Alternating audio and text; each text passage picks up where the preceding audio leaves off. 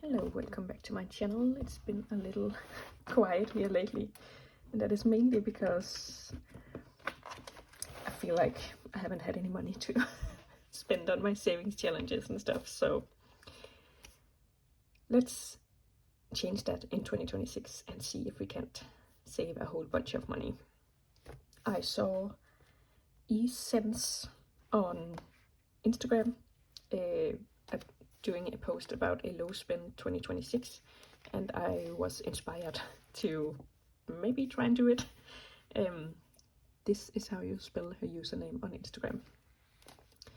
So she had a low spend 2026, and the point is to reduce non-essential spending. Obviously, you need to set an intention for why you want to do this, because otherwise you're gonna fail. You can write down your exceptions, so you know that there are some things you have to spend money on, basically. You need to track your progress to keep up the motivation, and you can keep an I didn't buy it journal where you put in all the things you almost buy but didn't, and then how much it cost, and then at the end of the month you can see how much you actually saved on stuff that you probably aren't missing in your life, like Labubu's. If there are purchases that you really do want, you can set a 30-day waiting period and come back, and then at the end of 30 days, if you still want it, you buy it. No bad conscience, no feeling guilty about it. And if you realize, oh, I didn't actually want that, it was just like an in the moment feeling, then you just cross it off your list and keep going. Actually, I guess you put it on the I didn't buy it journal and think about all the money you saved. And then you can create a dopamine menu for when you are feeling low, to get some good vibes back in your life through hopefully free things that you can do to feel happy. Okay, so as for reducing non-essential spending, for a year or two now, I have been investing. I started pretty late. I'm 42, so I'm always feeling a little bit behind, but you know, better late than never. But I really want to have 100,000 krona invested before the end of, I think I wanted to do it in 5 years, so I think it's 2028 or 9. I'm 25% there according to my investment platform, so we're doing okay. But I haven't been investing the last couple of months because I have been focusing on my emergency fund, and I've been using this $10,000 saving challenge. Like a lot of these saving challenges are in dollars, but I live in Denmark, so all of my numbers are in kroner, just so you know. Yeah, I have been using this to bulk up my emergency savings fund. And a month or so ago, I had my car into the mechanics just for a general service, which is so expensive. And then he told me that I needed to have some things, you know, exchanged on the car because it was getting kind of old. And in my mind, it's always coming, you know, the car, there's always something to fix on it. But I just feel like, because in my family we've always had pretty old clunkers of cars, because my dad is a mechanic, so he would just fix them himself. But then, like 3 years ago maybe, my mom inherited some money, and then she bought a new car because she was like, I've never had a new car, I want to experience the feeling. So she bought I think it was a year or two old or something when she bought it. And then through all sorts of things, it ended up with me buying that car off of her. So that was also the newest car I have ever had. But by now it's 6 years old. So in my mind, that's still a new car. But, you know, there are things that are starting to have to be like fixed on it, or just like changed before they break. So that was a bit of a surprise for me. And the bill came out to 7,000 on top of the service bill that was like 4,000. And I had saved up, like I put aside money for car things, both repairs and a new car eventually, because by the time I need a new car, I want to have saved a substantial amount of money for that, so I don't have to get out a car loan, or not a very big car loan at least. Yeah. So I had saved for the service charge, like the 4,000, but the 7,000 was a bit of a surprise. Like I managed, it was fine. I could scrape together stuff from around the budget, and I think I didn't even, dip into this. Yeah, so I did it, but it was a little bit of a moment for my budget. So I just want to bulk up this savings challenge so that I can just pay a big bill like that without thinking twice. Yeah, also there's like home maintenance stuff, and I'm single, so I'm the only one paying for it. So I do need a big emergency fund just in case something big breaks, like my car or something in the home or whatever. So that's part of the reason why. And then I have had a few days off work. And anytime I have a few days off work, I realize how much I don't want to work. It's actually kind of terrible, but yeah, I am just not made for work. So I want to ramp up my investments so that I can hopefully retire a few years earlier than the prospected age of my retirement right now, which is like 72. No thanks. And also maybe have like, I did it in 2023 or 4. I took a month off, fully self-funded and just chilled. And I want to be able to do that again, like not every year, but I mean every year would be great, but I don't think my salary will allow that. But every like 3 or 4 years, just take a month and just like not think about work. Yeah. Also, I'm feeling a little bit burnt out because we just had a new system, like a computer system put in at work, and yeah, that was a lot, because it's basically only for the stuff that I do. So it was only me that had to learn this new system, and then at the same time I'm trying to learn it through these really, really awful instructions and instruction videos and stuff. And it's very much trial by error. And then I also have to teach it to my colleague who is supposed to do it when I'm not there. So like if I take one of those month-long mini retirements, she's supposed to do it, but it's kind of hard to teach something you don't really know yourself. And she's very much like a question asker, like, why are we doing this? And I'm like, I don't know, it says so in the instructions, just do it. I do not have time to contemplate and look into all the little inner workings of the system. I just push the buttons that get the things done, and then I don't ask questions. Anyway, as you can tell, I'm a little bit worked up and bitter about this whole thing. So let's leave it. Yeah. So track your progress.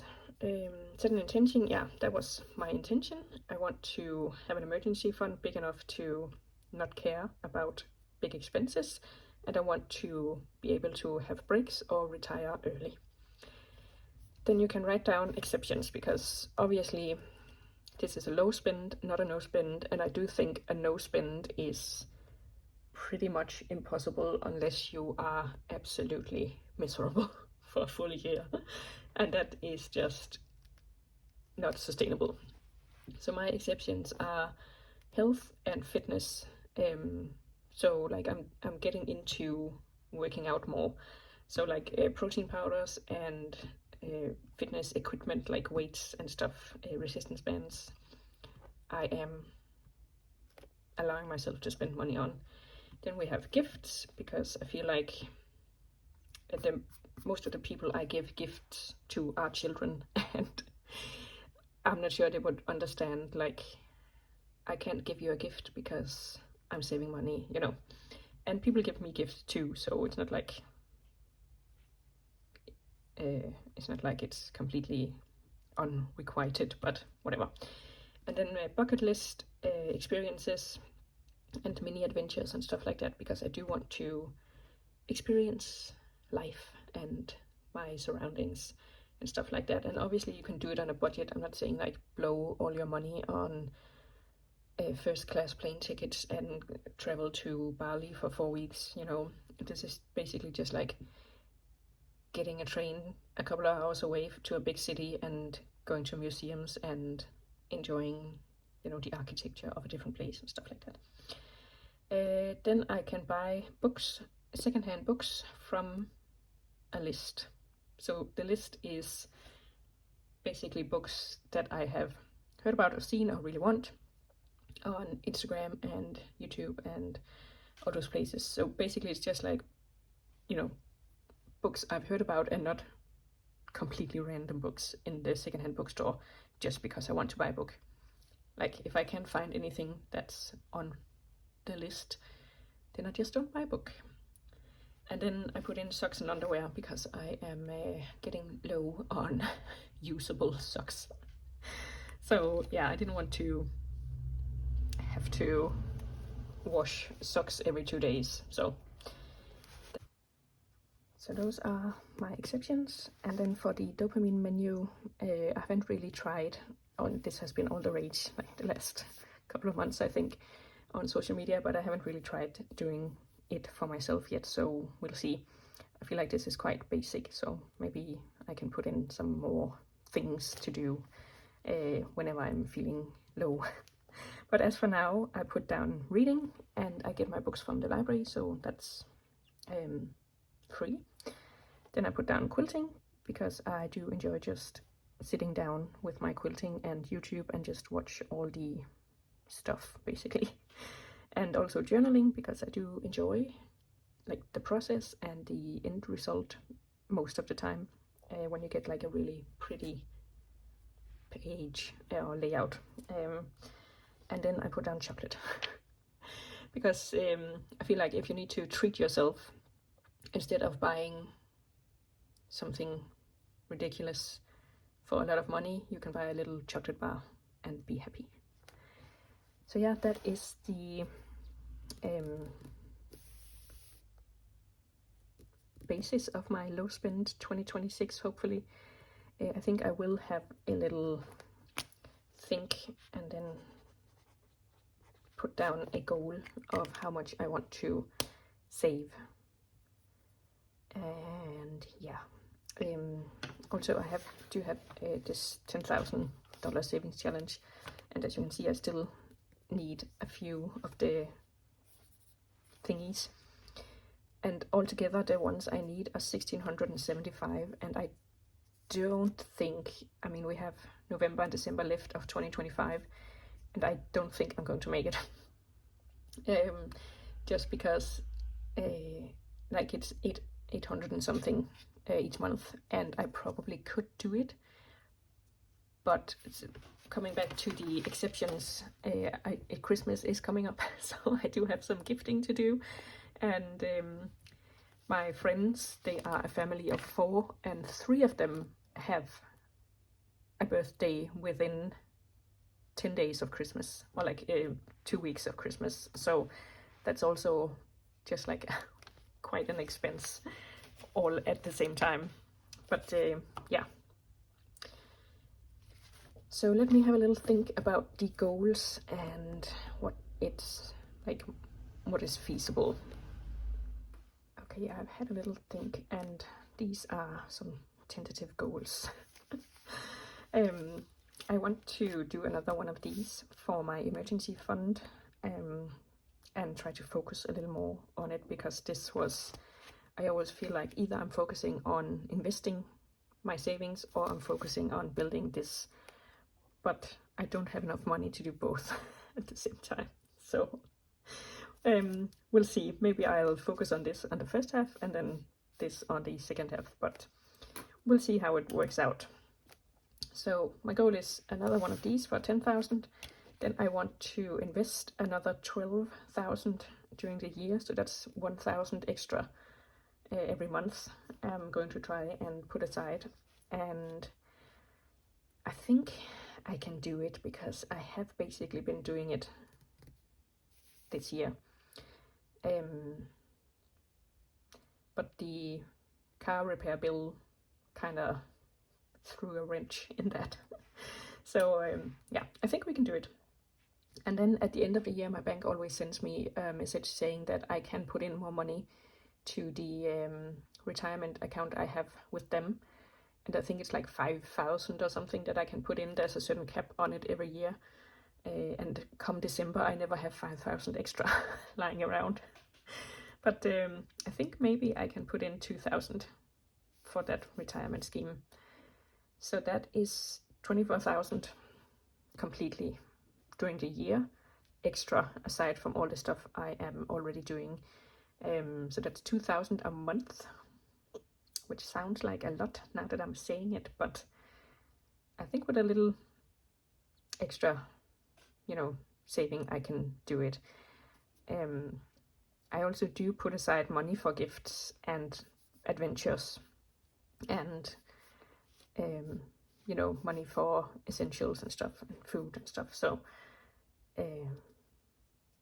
yeah, I guess we'll see how it goes, and I might start up a little bit now just to, you know, get in the right mindset. But as I said, Christmas is coming and it's time to buy some gifts. But saying that, I think I'm going to sit down and write a list of the people I need to buy for, so that I know the budget for that.